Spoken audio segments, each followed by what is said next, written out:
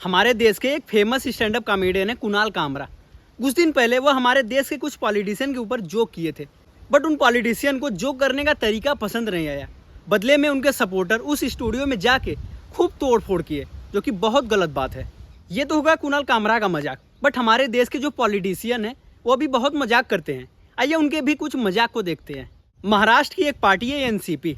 हमारे देश के जो प्रधानमंत्री है वो उस पार्टी को कुछ साल पहले सबसे भ्रष्ट पार्टी में से एक मानते थे और अपने चुनावी रैलियों में उसे खूब भला बुरा बोलते थे। और आगे चलकर मोदी जी को क्या पता एनसीपी पार्टी से क्या लगाव हो जाता है कि अपने आप को झूठा साबित करके उस पार्टी से गठबंधन करते हैं और महाराष्ट्र में उसी के साथ मिलके आज सरकार चला रहे हैं। ये है हमारे देश के नेता लोगों का मजाक नंबर 1।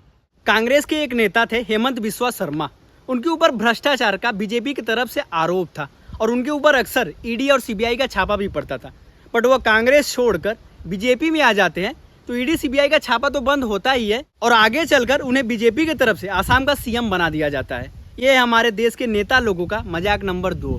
2019 में जब हमारे देश में चुनाव रहता है तो मोदी जी पूरे देश के साथ साथ लद्दाख के लोगों से भी कुछ वादा करते हैं कि भाइयों बहनों, जब हमारी सरकार बनेगी तो हम 6 शेड्यूल लागू कर देंगे। बट 2019 का वह चुनाव जीतने के बाद अपने वादे को भूल जाते हैं और आगे चलकर उनके उस वादे को याद दिलाने के लिए सोनम वांगचुक भूख हड़ताल करते हैं और पैदल मार्च निकालते हैं। तो सरकार का उनका मदद करने के बजाय उल्टा उन्हें डिटेन किया जाता है और पुलिस द्वारा परेशान भी किया जाता है कभी कभी।